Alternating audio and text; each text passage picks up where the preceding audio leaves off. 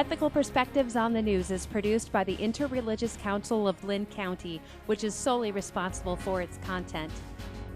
The views and opinions expressed on this program do not necessarily reflect those of the staff and management of KCRG TV9. Thank you for joining us for this episode of Ethical Perspectives on the News. We're going to talk about whether or not America will elect a woman.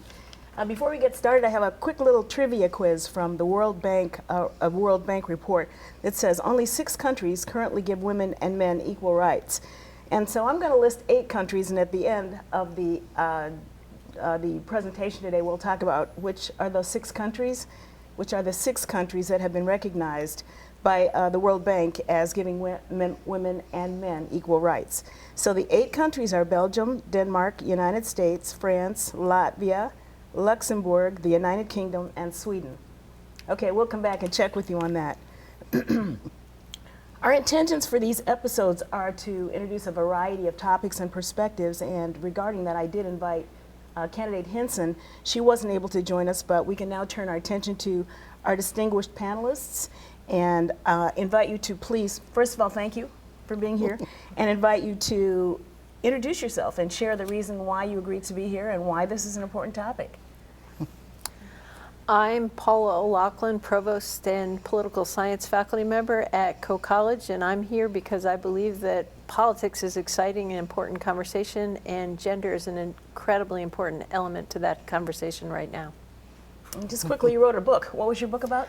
I wrote a couple books, but the book that I would like to refer to is Women in Politics Worldwide, which was written about 20 years ago, and it was studying women throughout the world in politics. Thank you.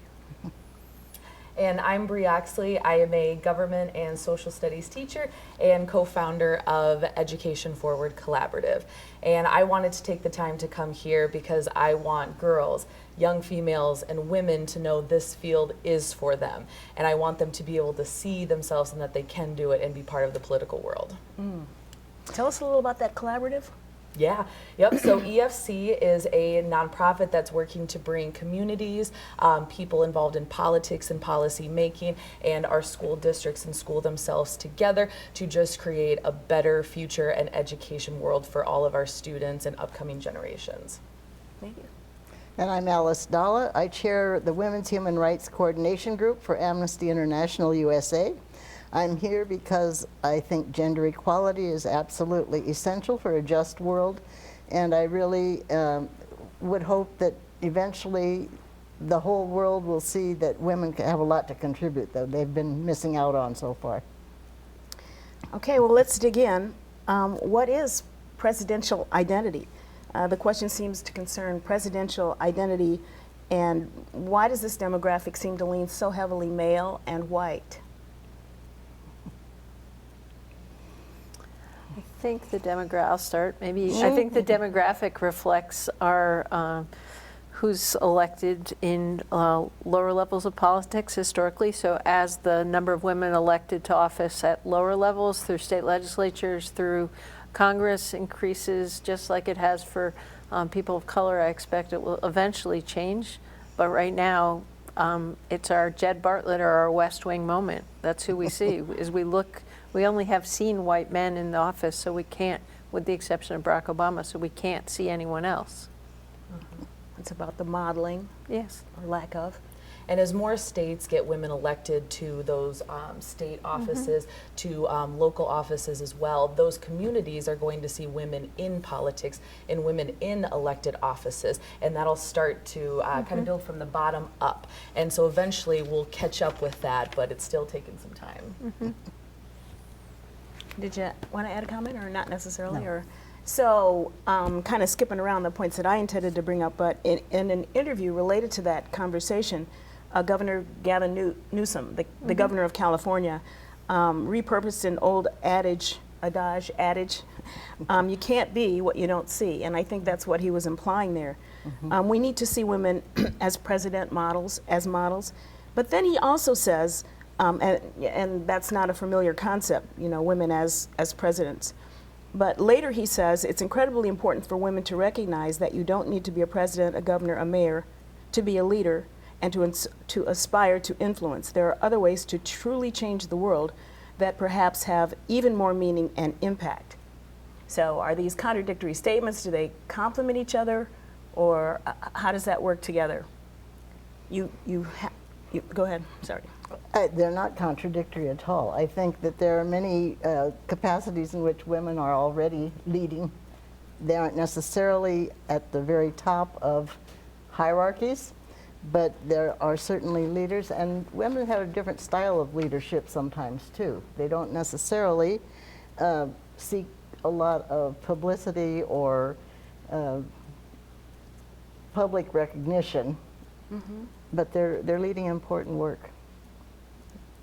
And I think just kind of with us right here, we have a couple in education, speech pathology, and I think that's also work that is really going to make a difference. And as we see females in that can help girls and young women see themselves in these roles that don't have to be in politics but can still make a difference. But I absolutely agree, though, as a younger female, the more I see women running for president, vice president, and higher offices, that does help me build confidence and believe more that I can get to that level too, and that I'm seeing myself reflected on a national stage. So my question back to you, Beth, would be, so who's the loudest voice on climate change in our world today?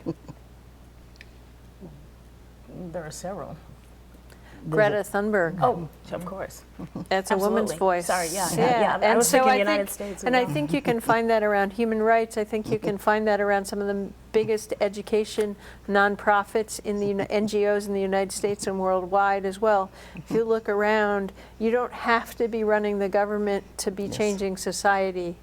Martin Luther King was never elected to Congress. He changed our world more than a heck of a lot of people who've been elected to our government. So, and I would say the same thing about women, even though it shows a male leader there. Yeah, thank you. So what are your students saying? Oh, I'm sorry. Go ahead. Were you going to? I was just going to mention that women are serving in important roles, even if they're not always visible.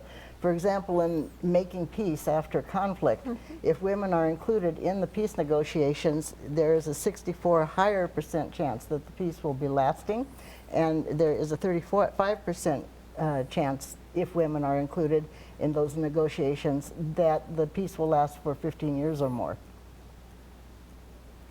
What are your young students saying? Yeah, it's been very interesting the last few years how conversations ebb and flow around certain events happening. How old are your? Yeah. Give us a little background about your. Yep. So teaching government and early U.S. history right now, and so all these themes we see tie into things happening today with social justice around racial inequalities and gender inequalities. And so I find it very refreshing that some of my young girls are asking, hey, are women in this? Can we look at some examples of this?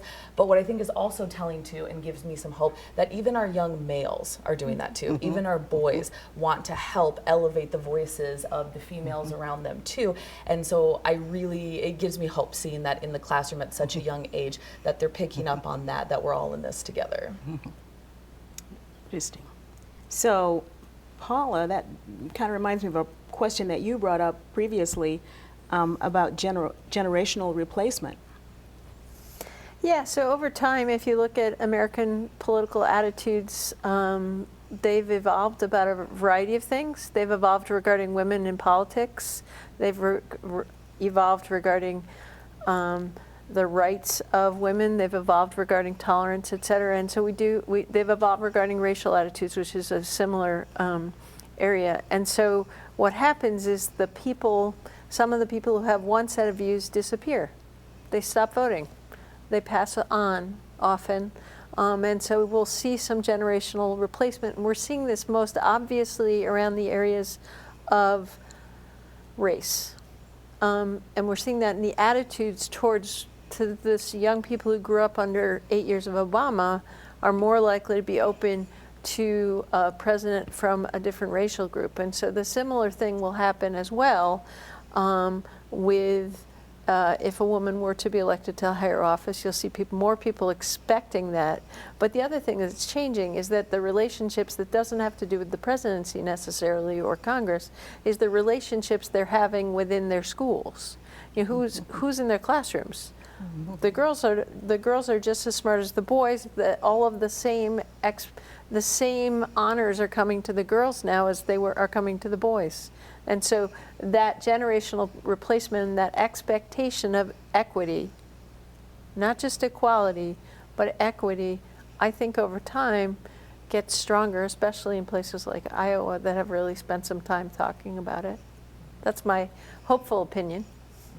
And your students, your co-students, your women that you work with, what are you seeing there? And then that's probably what you were saying as well, right? Yeah. It's reflected there? Why wouldn't I? Of course, why wouldn't I? Those problems aren't our problems. And I would have argued the same thing that I said the same thing 30 years ago, but I think I think that it is why wouldn't I now. I think it's really cool to see happening. Of course. I think another thing that's happening is that young people are more connected to people beyond their own immediate surroundings. So they see women in very responsible positions around the world, not just here. There are countries around the world that are kind of ahead of us on this issue. Actually, there are 4 countries in the world that have decided that they're going to have feminist government and foreign policy. Those 4 are Sweden and Canada and France and now Mexico, surprisingly. We're the only North American country that do not have such a government policy. And the youngest woman, you were speaking to me about the youngest woman who is a prime minister is now in Finland. And interestingly enough, we talk about the old boys clubs where people don't have access to the golf courses and so on where decisions are made. In Finland now, this woman who has just become their prime minister will be working in a coalition of 4 other parties who are also headed by women. And she laughed and said, well, we have saunas, and that's where we'll make our decisions. As I, excuse me, as I spoke to random people for this episode, I asked the question, will America elect a woman as president? And a surprisingly frequent answer was, well, I would vote for a woman, but I don't know if America is ready. Where is this disconnect? I'm like, help me here, help me put that together. How does that make sense? If you're ready, why isn't everyone here ready? Terry and Craig and Allison, why isn't everyone ready? Yeah.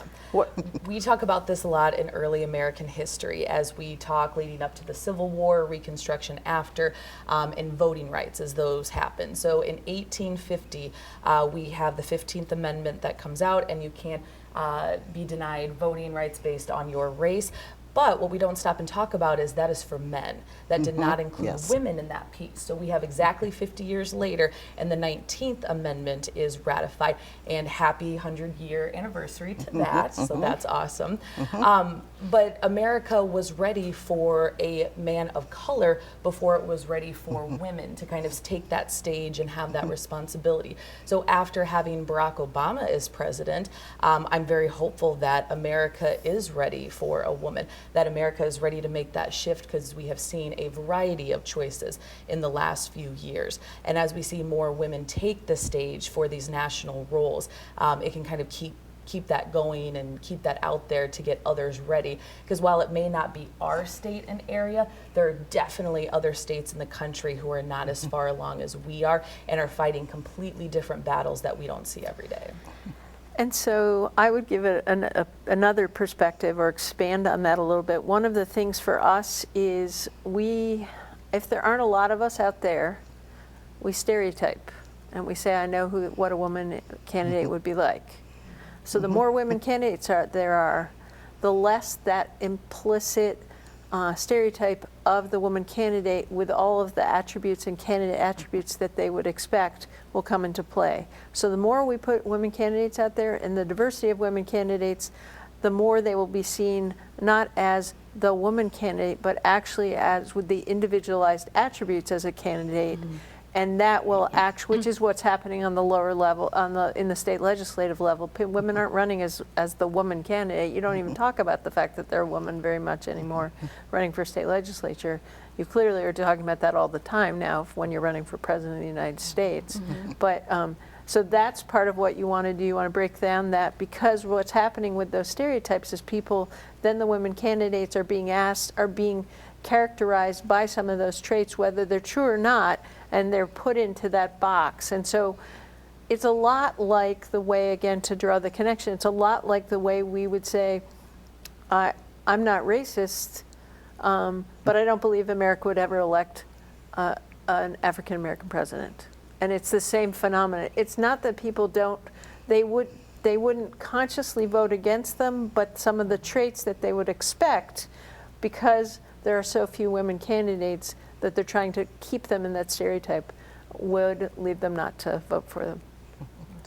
So am I correct, am I hearing you say that identity concept will morph and expand to beyond, the demographics that we talked about before, to people just understanding that there's a broader audience that can lead the country or whatever the presidential... Yeah. Yes. When we look at the number of white men running for office, we don't say, oh, you're a white man and therefore you're this, this, and this. You go, you're Joe Biden, you're Donald Trump, and the list could go on.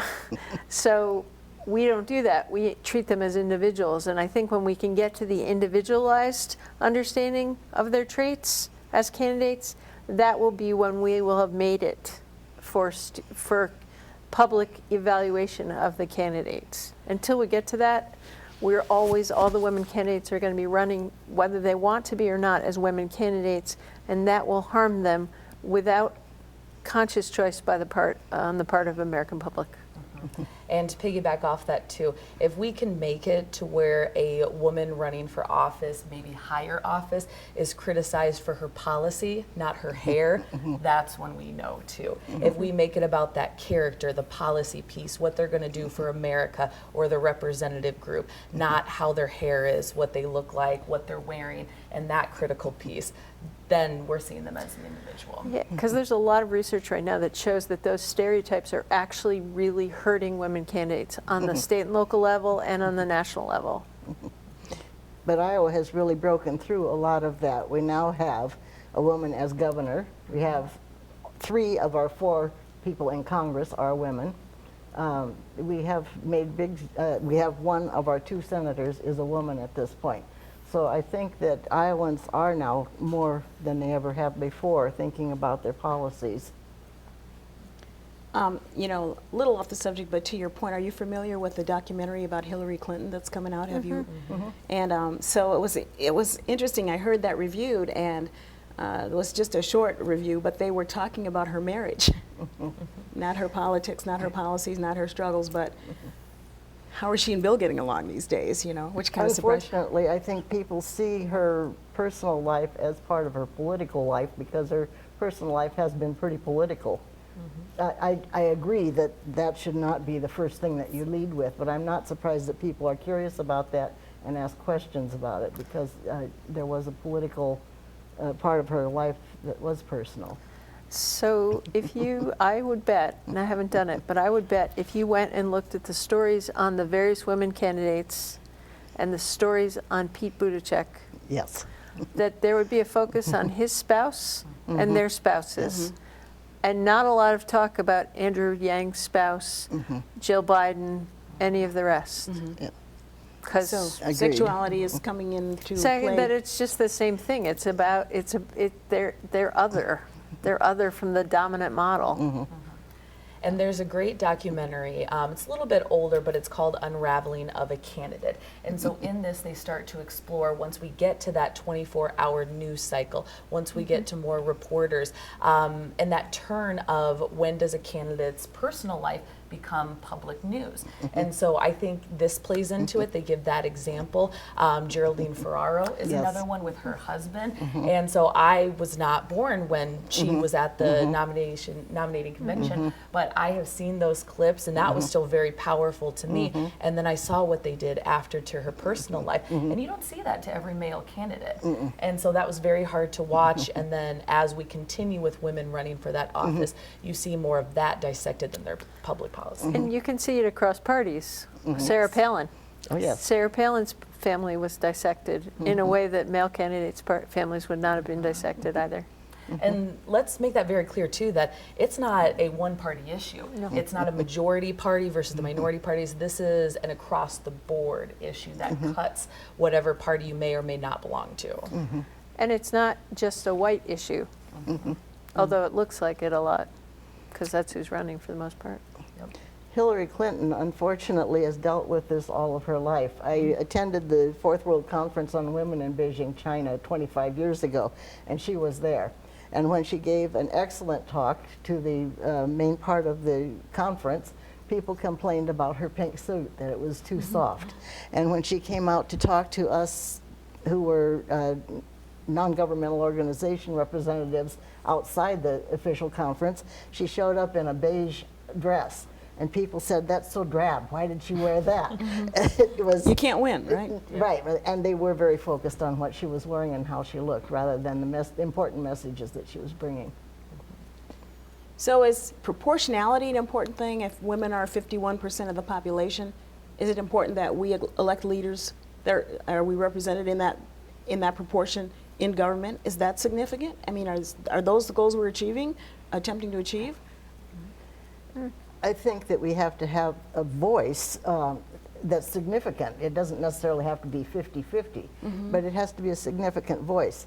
The country in the world right now that has the highest representation of women in its parliament is Rwanda.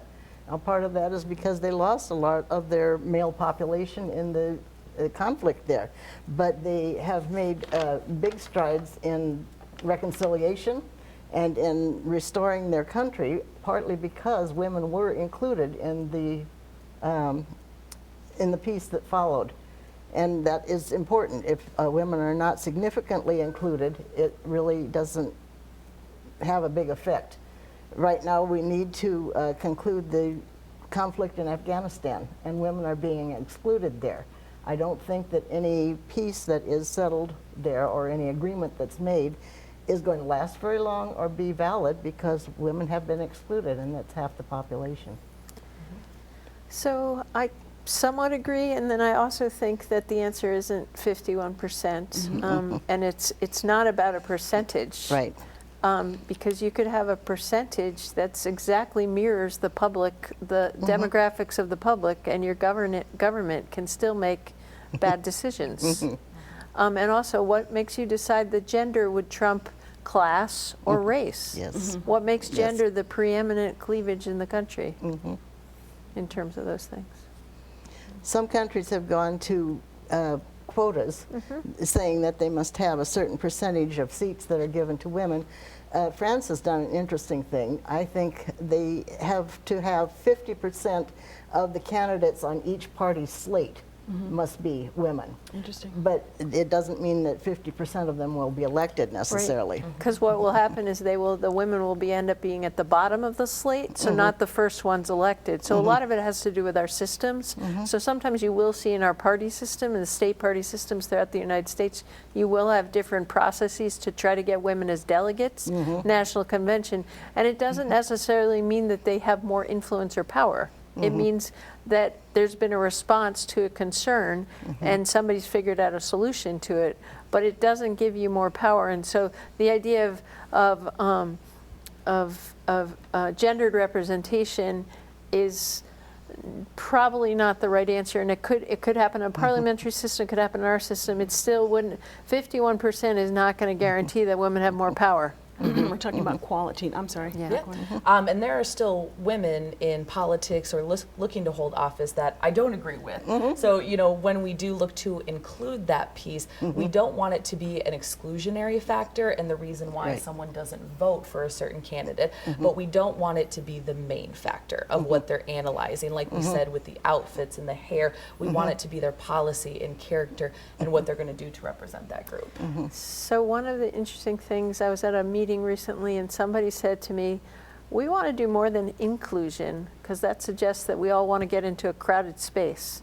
We want to do expansion.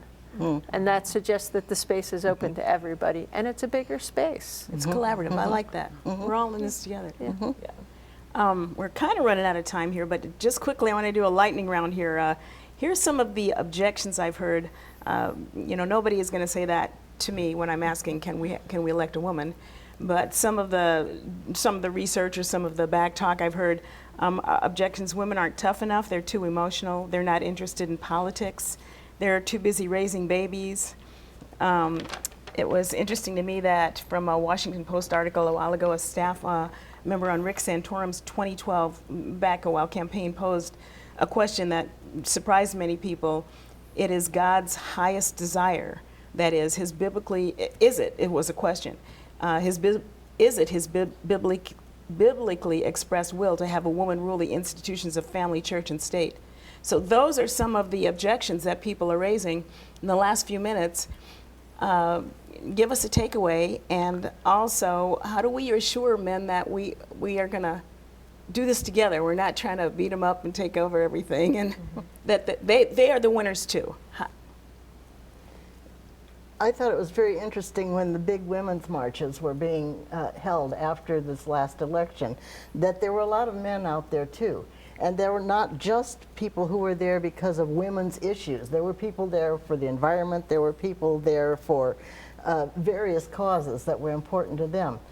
And I think people need to recognize that we are all in this together, as we've just been talking about here.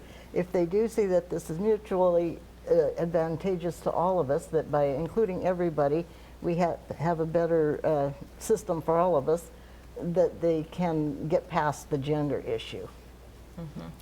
We are in the 21st century. We've got to change this dynamic in this talk.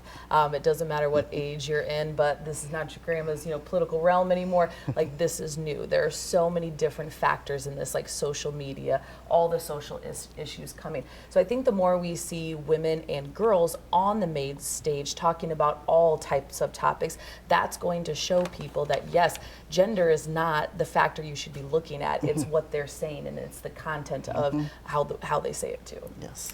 I think these, my esteemed colleagues have said it all. I mean, it's the 21st century, and it's not just about gender. And I think I believe in gender, I believe in hope, and I believe that every person who would say those things that you mentioned, those tropes, also has a daughter. Many of them have daughters who are going to want to do things, and they're not going to stand in the way of their daughters. And if they don't have daughters, they're not going to stand in the way of their friends' daughters. So I think that those views are going to be out there. That's okay. Our views are out there too. Well, I am grateful to our panel. Some very important topics. And if you have any last minute comments, please feel free. I want to give the 6 countries that the World Bank has stated have equality between men and women, and they are Belgium, Denmark, France, Latvia, Luxembourg, and Sweden. And so the 2 original countries were the United States and the United Kingdom, which were not included. Right. Any last words from our panelists? My question would be is if you could pick a country in the world that would be the best country in the world for women to live in, what would be the variables that would help you make that decision? Excellent question. And when you think about it that way, you realize that politics can't be disconnected from economics, it can't be disconnected from social issues, and it can't be, gender politics can't be disconnected from the rest of the politics of the society. I think, yes, thank you. Thank you.